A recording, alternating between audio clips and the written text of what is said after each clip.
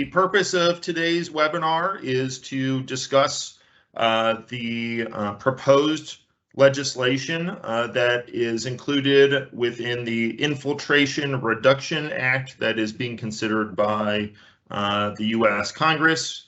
The Infiltration Reduction Act includes several provisions that are intended to address energy use, carbon emissions, etc. And the 45L builder tax credit is one of the provisions that is included within that package. So, obviously before we get started, don't get too excited because it has not yet passed. And there is always the possibility that it does not pass, or that what has been included in the bill gets changed before it does pass. So don't think that the day is saved and the tax credit is back alive quite yet, because it is not yet alive, but it is being heavily considered, and so that's why we felt it was important to give you all this update. So this presentation will be relatively short, really, because it is just proposed legislation. We're not going to go into all of the nitty-gritty details associated with compliance with the proposed new credit, but we are going to talk in some pretty good terms about what the legislation is proposing. Before we get to that, we're going to talk a little bit about the status of the current 45L. So where do things stand with the tax credit as of today? And then we'll dive into the proposed new language itself, and then kind of go over a little bit of a cheat sheet, if you will, on how you might go about working with your builders to achieve the new 45L provisions, and then just some frequently asked questions. At the end, we'll take questions, so feel free to include them in the chat box or raise your hand. We will get to you after the presentation, but I will not be fielding questions along the way. Okay, so the current tax credit as of, well, it says August 1st, but really as of today, the current tax credit, you all probably also know of the 45L as being the 2005 EPACT tax credit. That is what it has been historically been referred to as in REM rate.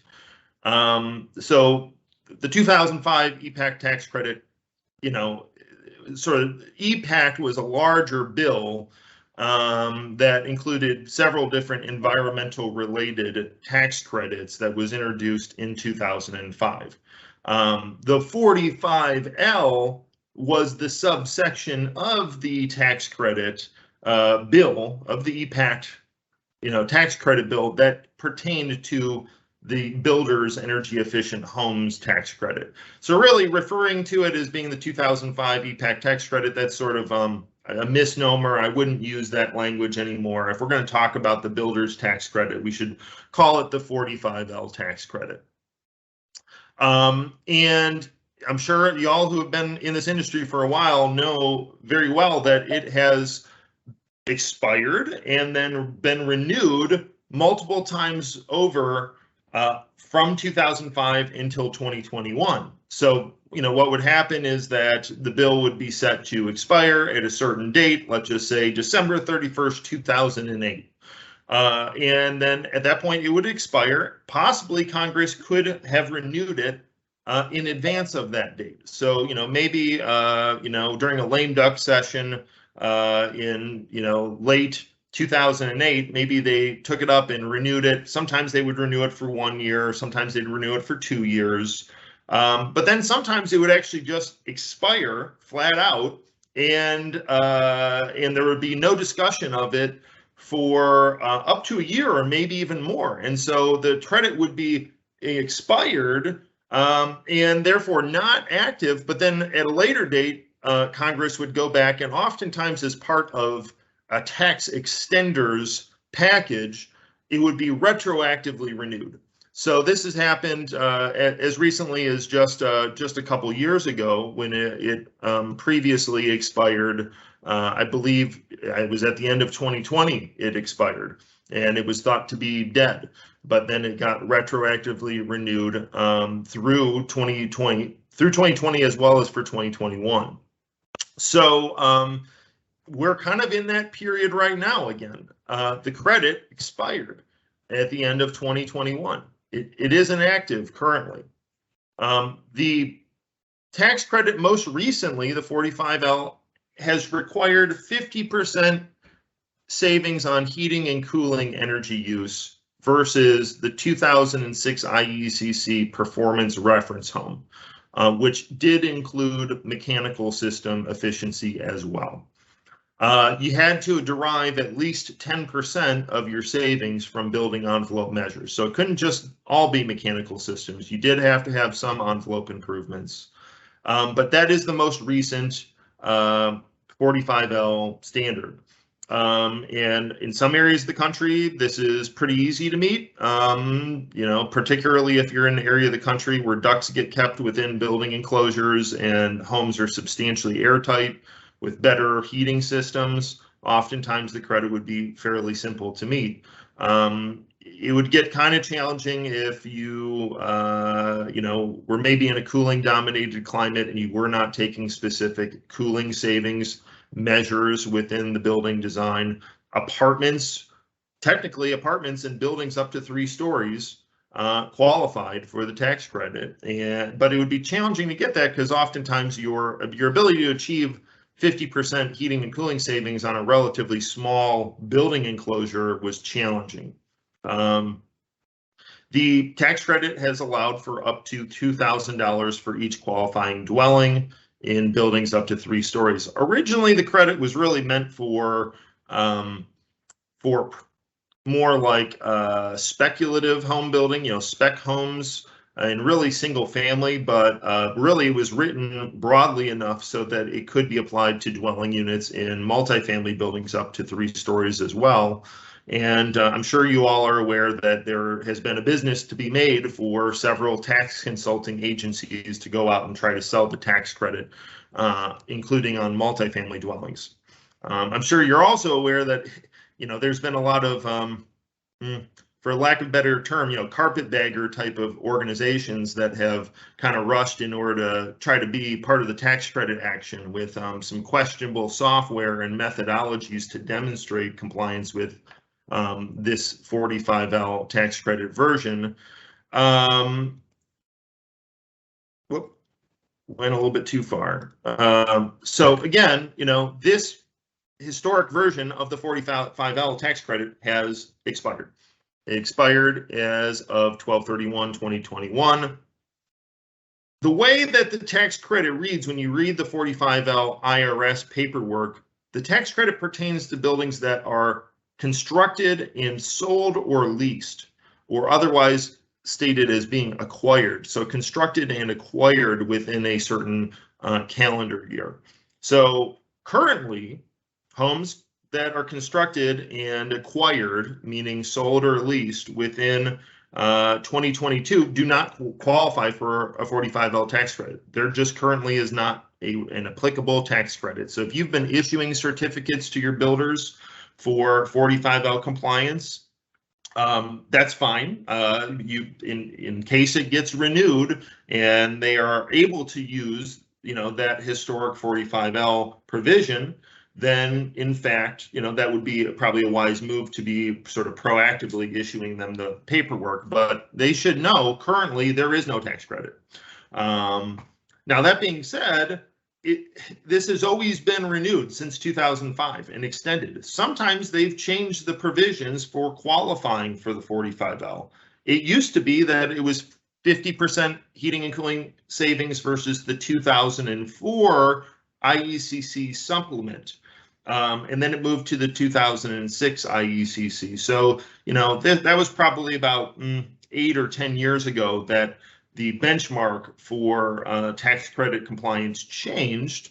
And, proposals to renew the 45L are basically proposing that the tax credit should change. The language, sort of the consensus language for updating the 45L was included in the Build Back Better legislation that stalled out in Congress in late 2021. That similar, very similar language to what was in Build Back Better has now been brought to the table as a component of the Inflation Reduction Act, which is being considered in Congress. And so there, obviously I don't want to say there's a great chance, guys, it's going to happen. I don't know. Obviously Congress could choose not to act on this. So I don't want anybody to get too excited here. I'm not making any guarantees, but the feeling amongst, I'm on the Resnet board of directors. I get notifications from Resnet's lobbyists that they have that are Washington insiders. And so there is the feeling that this probably is going to happen. We heard at our spring board of directors meeting from our Washington correspondent that they felt that the 45L was very likely to get picked up. And if it were to get picked up, it was going to be based off of that Build Back Better legislation. And they actually suggested, they thought it was a 70% chance that it was going to happen sometime this summer. And so here we are. Now there is legislation that it seems like has better legs under it than Build Back Better in the Inflation Reduction Act. So going over the new proposed 45L tax credit. Again, this is just in a bill in Congress. It hasn't been voted on yet. And even if it gets approved by one chamber of Congress, it could be modified by another chamber of Congress. So this is just the key highlights of what is being proposed. So what's being proposed is that essentially the future of the tax credit is that we're going to be eliminating the percent savings, heating and cooling energy savings versus the reference home. And instead, the credit is going to be based off of U.S. federal programs. So the EPA Energy Star residential homes or manufactured homes program would be sort of the first tier for being eligible for the 45L. And so that would be a $2,500 per home credit. So that's $500 more per home than the current 45L. What I think is arguably even more exciting is that there is a second tier for the credit, which would be $5,000 for earning the DOE Zero Energy Ready homes program. So really, I encourage people, you may look at this and say, 500 extra bucks to do Energy Star. I don't know if my builder is going to want to do that. They may just say, forget about it. Well, what happens if they can get $5,000? Is that enough for them to consider getting involved? I really encourage you all to start looking at how could you get your builders up to that $5,000 per home limit, because I think it's actually more attainable than people think that it is. And so to me, I think the credit could possibly really energize that program. Now, what about multifamily? Instead of it being, the possibility of $2,000 per dwelling unit, it would be $500 per unit for dwelling units that are certified to the Energy Star multifamily new construction program, and $1,000 for those that meet the Department of Energy Zero Energy Ready homes program. Sorry about that. A bird just flew into my window. Kind of scared the dickens out of me. Anyways, so not quite as lucrative, but still, a palpable incentive for multifamily dwelling units. Some other key elements of what is being proposed. So it is a 10-year extension to the credit. That would go from 2022 until 2032. So that's pretty exciting because we've been playing this kind of back and forth with the credit here. It gets renewed for a year or maybe 2 years, and then it expires and then has to be retroactively picked up. This would be a 10-year extension, and it would be inclusive of 2022. And we're going to get to exactly what happens with 2022 homes later, because there are some interesting things about this. So it would be retroactive renewal from the previous expiration date. And page 365, subsection F of the bill seems to indicate that the legacy 45L, so again, the 50% savings versus the 2006 IECC baseline, would remain for 2022 acquired homes. So again, homes that are constructed and either sold or leased in 2022. So this particular element of what happens with 2022 homes, I have asked Steve Baden of Resnet, is this what this means? And he wasn't bold enough to say, yes, that's what this means. He says he's waiting on clarification from the IRS and the DOE. But, I like to think that I know how to read things and interpret them. And that's what it seems like it says to me. What it seems like it says to me is that there's sort of two provisions within this subsection F. One is the renewal of the credit, and the renewal would be retroactive to the past expiration date, and it would extend through 2032. And then there's a separate subsection A that says what are the provisions to earn the credit, and those amended provisions that really change the credit from the legacy 45L to the federal program basis 45L would kick in for homes acquired as of 2023. So there's a good chance that if you've been issuing your builders 45L tax credit paperwork for homes that have been sold this year, they're going to be able to use that in order to earn the credit, but only for this year, and only if it obviously gets approved by Congress. So, again, don't get too excited, but I think this is a good thing. I'm glad that even though we may say we don't really love all the carpetbagger organizations that have been feeding at the trough with the 45L and some of the questionable practices that have been happening that are outside the realm of Resnet, I still think it's probably cleaner than the alternative, which is people trying to figure out how to retroactively certify homes to Energy Star or Zero Energy Ready homes, which to me is just a lot less. That's even more tricky, I think. So other things that are relevant, built into this legislation are graduated performance increases. So the stringency of the credit becomes more challenging as the federal programs release new versions. So, for example, for homes, acquired between 2023 and 2025, then you would have to meet version 3.1. But basically, 2025 and after, you'd have to meet version 3.2. And what happens if there's a future version 3.3 or an Energy Star version 4? What happens if Zero Energy Ready Homes releases a version 2, as they've talked about? There are provisions that discuss that. It's sort of like once a new version goes into effect, then essentially the credit would be based off of that 2 years after that new version goes into effect. So I don't want to get into again, that's like the weeds of this, and I'm not going to bore you with the details because they may change. But the punchline is that there are graduated performance increases throughout the course of this 10-year period for the tax credit.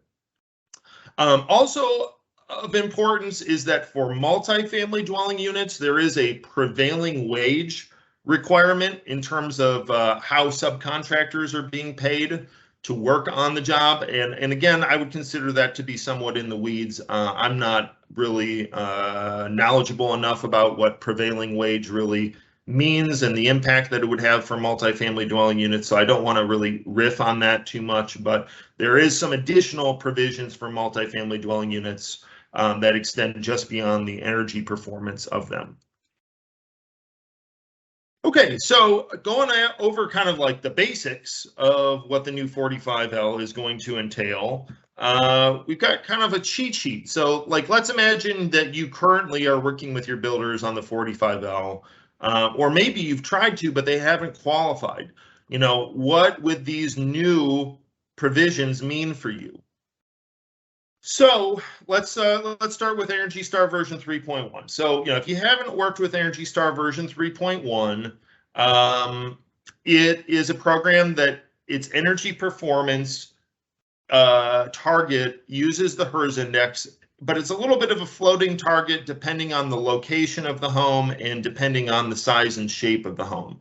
So, generally speaking, to participate in version 3.1, the HERS index is going to have to be somewhere between a HERS of 55 to a HERS 65. And again, you could have outliers where that's not the case, but I'm just giving a ballpark example here. The other big thing is that Energy Star has mandatory program checklists. There is a rater field checklist that requires the rater to inspect insulation for high quality installation. There's some reduced thermal bridging provisions. There are air sealing and air barrier provisions, and there are some mechanical system provisions as well. And one of the big ones, I'd say arguably one of the biggest issues with homes earning version 3.1 would be the total duct leakage provision. Not everybody tests total duct leakage. If you're just doing code compliance today, you may be able to avoid doing total duct leakage because it really doesn't impact the energy performance of the home in the software. So that's one thing you would have to kind of focus on if your HVAC contractors that are working with your builders are not really focusing on particularly sealing ducts that are inside conditioned space. That can lead to higher total duct leakage limits that might be challenging to meet if everybody's not on the program yet. For HVAC systems as well, there are HVAC design and installation requirements. And essentially, the installing contractor either needs to be an Energy Star certified contractor through an HVAC quality installation and trading organization, otherwise known as an HKEDO organization, or you as the rater have to be trained and take on the responsibility of performing the Resnet HVAC grading system. So that's another thing. So long story short, if your builders want to earn the new credit come 2023, either their HVAC contractors are going to have to bite the bullet and become Energy Star certified, and they're going to have to kind of focus on some of these details with duct leakage and some of the other elements of HVAC performance, or you're going to have to become certified, in order to do Resnet HVAC grading. So again, version 3.1 would be relevant until the end of 2014, so basically 12/31/2014, after which point version 3.2 would kick in. Now, we don't really know too much about version 3.2 because it really just went through sort of some draft review by the EPA. They set some of the benchmarks for basically what the performance should be. There is a version 3.2 in California, Oregon, and Washington, but for the whole rest of the country, there is no version 3.2. So I'm sort of riffing. I've looked at what the HERS index target procedure document is for version 3.2, so I have an idea of what performance would be, and I think it's going to be somewhere between a HERS 50 and a HERS 60.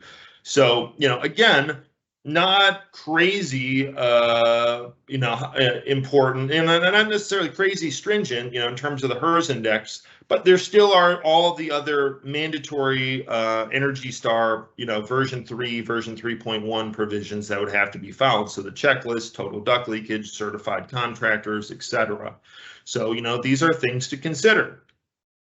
Again, I'm encouraging everybody to really kick the tires on what it would take to get their builders to achieve DOE Zero Energy Ready homes, because again, it's a $5,000 tax credit, and it could really set you all as BER HERS raters, it could set you aside from your competition.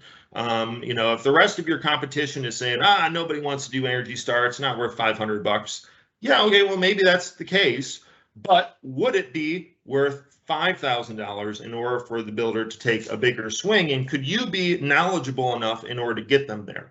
I challenge you to become familiar with this program so that you can step up to the plate and help them potentially get to that level.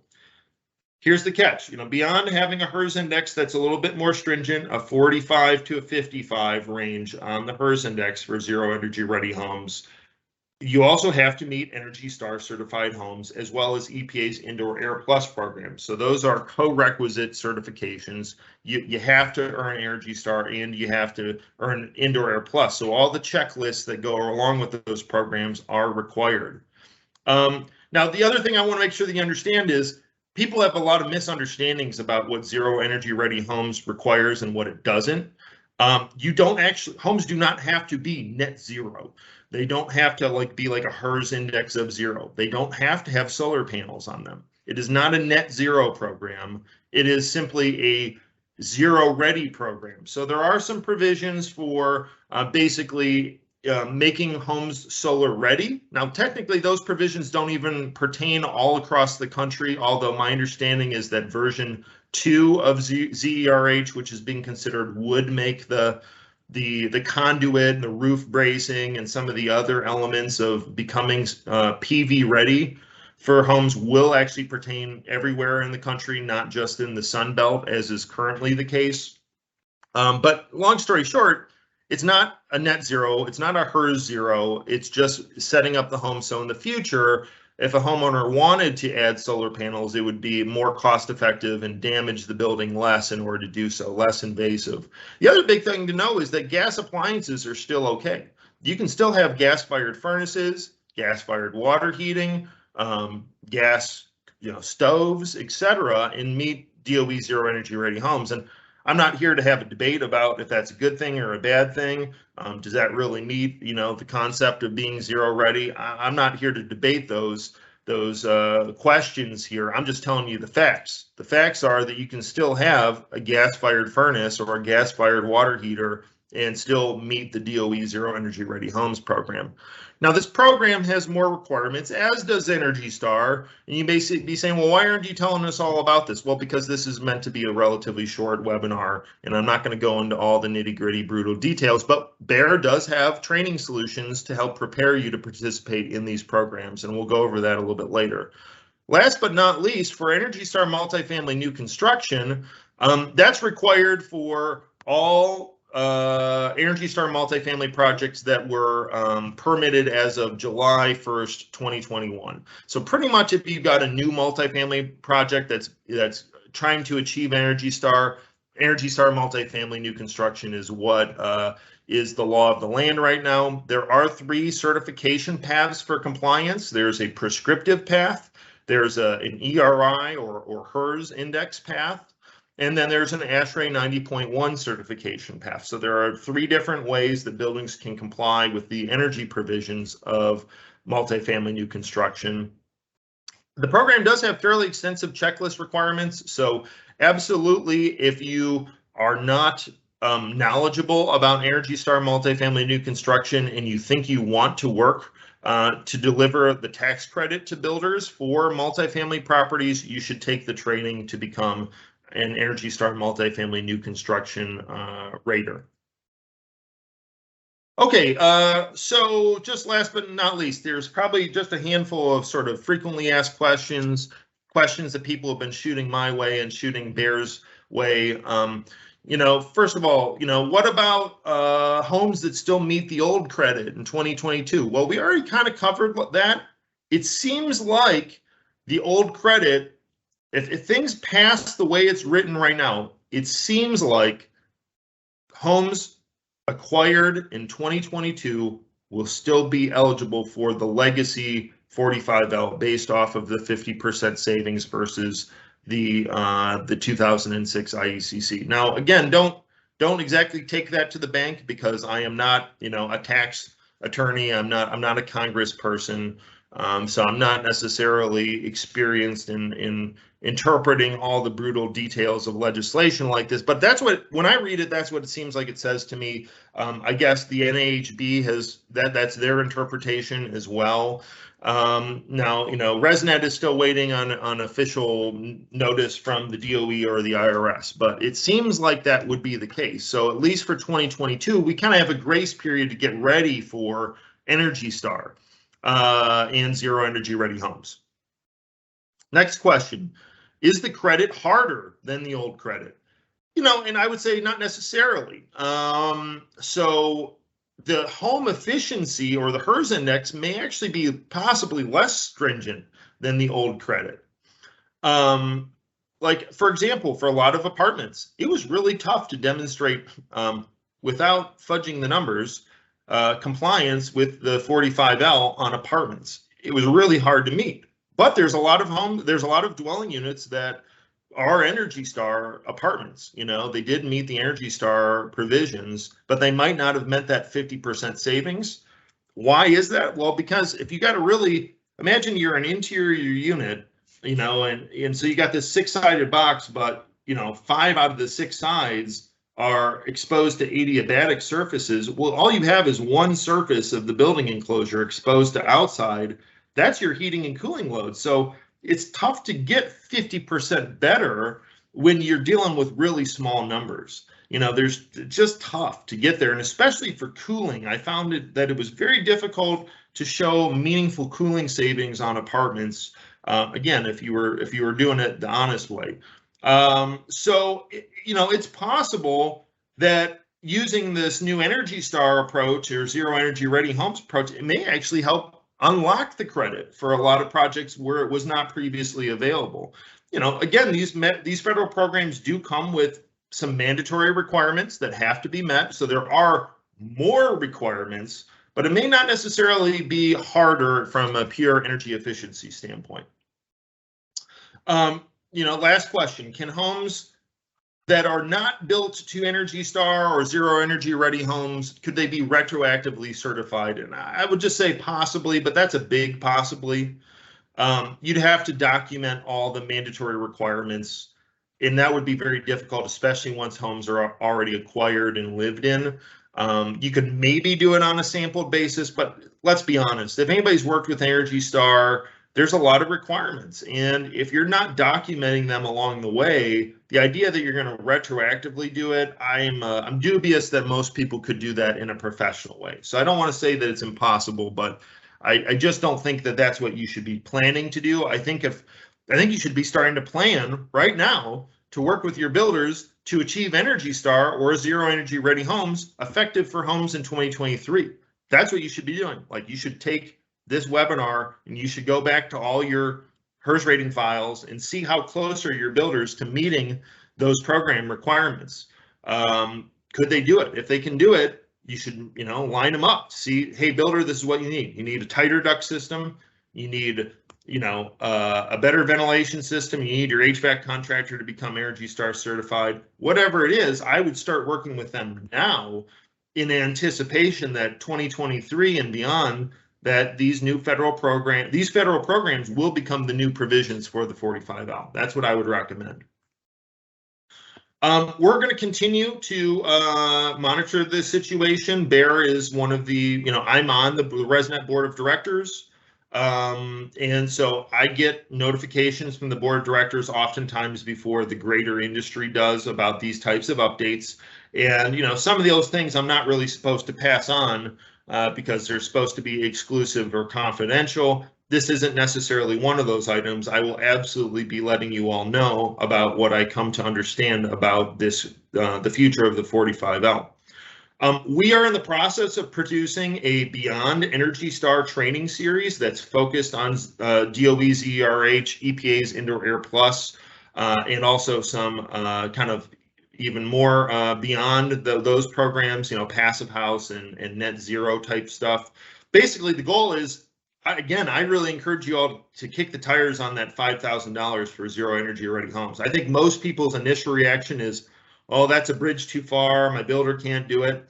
I was talking to one rater about it, though, you know, and they're in the mechanical trades, you know, mechanical, plumbing, et cetera, as well as they're a HERS rater. And they were saying that, you know, standard power vented water heaters, power vented gas water heaters were in such short supply that the cost had gone up to the point that gas tankless units or heat pump water heaters were almost becoming just as cost effective as a power vented water heater. Now, I don't know if that's just a local issue or if that issue has resolved itself, but, you know, there are things that, the point is, there are things that may not cost that much more money that might help meet some of the Zero Energy Ready homes criteria and improve the HERS index, for relatively small amounts of money. And if we're talking about the ability to earn $5,000, that's great. And the other thing to think about is, we're maybe entering a little bit of a tighter housing market in some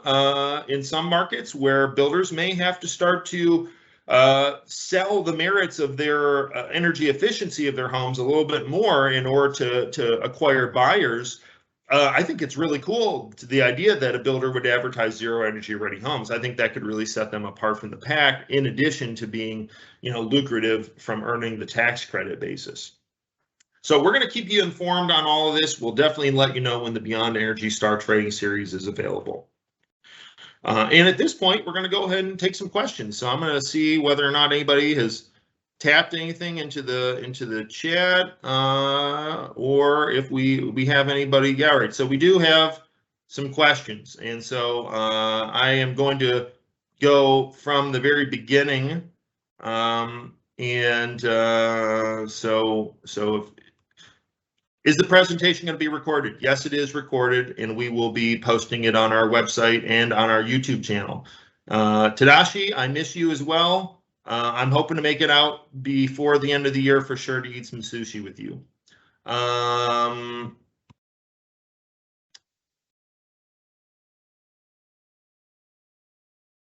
Let's see. How would the retroactive component work for multifamily projects if they were certified under the old version 3.1 program?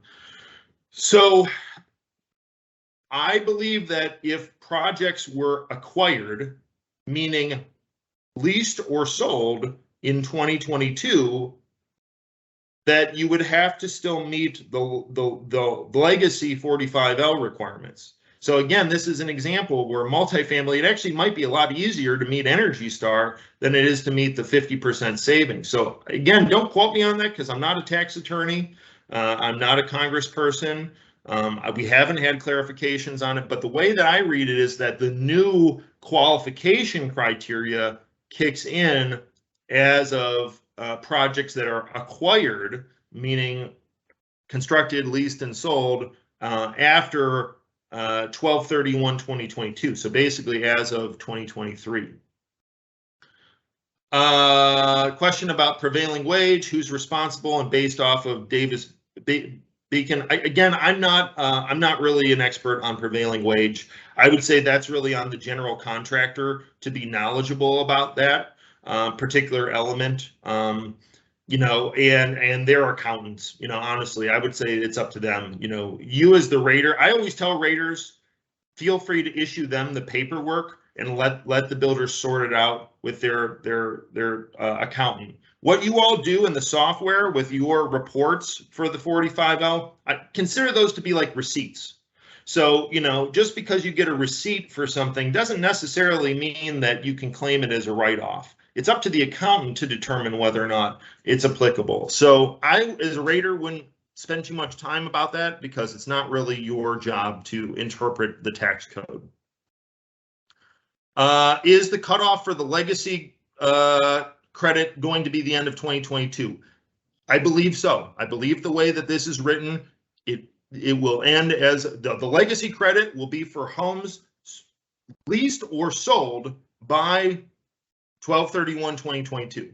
So yes, you absolutely need to start training your builders. If they want to earn the tax credit in 2023 and beyond, it's going to have to be based off of these federal programs, most likely. There's a joke about one of these other, what I've referred to as being carpetbagging organizations that have stepped up to try to monetize the 45L. Here's the thing. Energy Star requires for certification that there is a home certification organization that oversees the certification of these homes.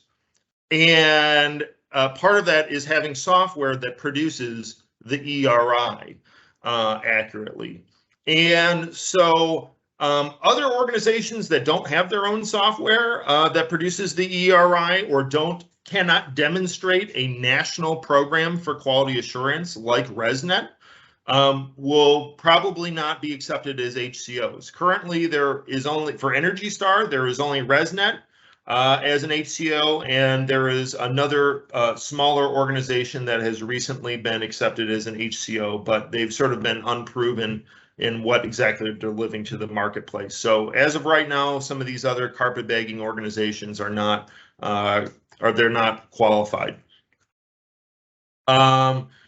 Does the $2,000 legacy tax credit conclude at the end of 2022, or is it available after 2022 in addition to Energy Star and Zero Energy Ready homes? No, I do not believe it will still be active after 2022. It will now, after 2022, the credit will be expressly and only based off of Energy Star and Zero Energy Ready homes.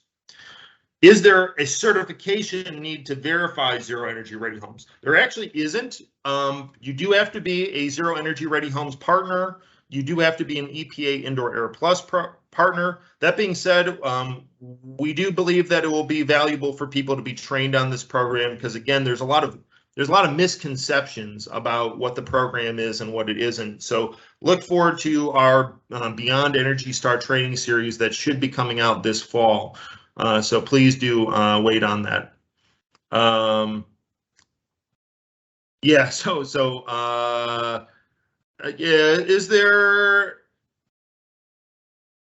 it an either or for HVAC grading or the HVAC contractor for Energy Star? Yes, that is what it is. Basically, part of the reason why the HVAC grading program was created was because Energy Star wanted to provide a path for certifying its homes in markets where there was not significant uptake with the Energy Star certified HVAC contractor program. So yes, if you become a HVAC grader through Resnet, then that would eliminate the need to have a HQIDO trained Energy Star certified contractor.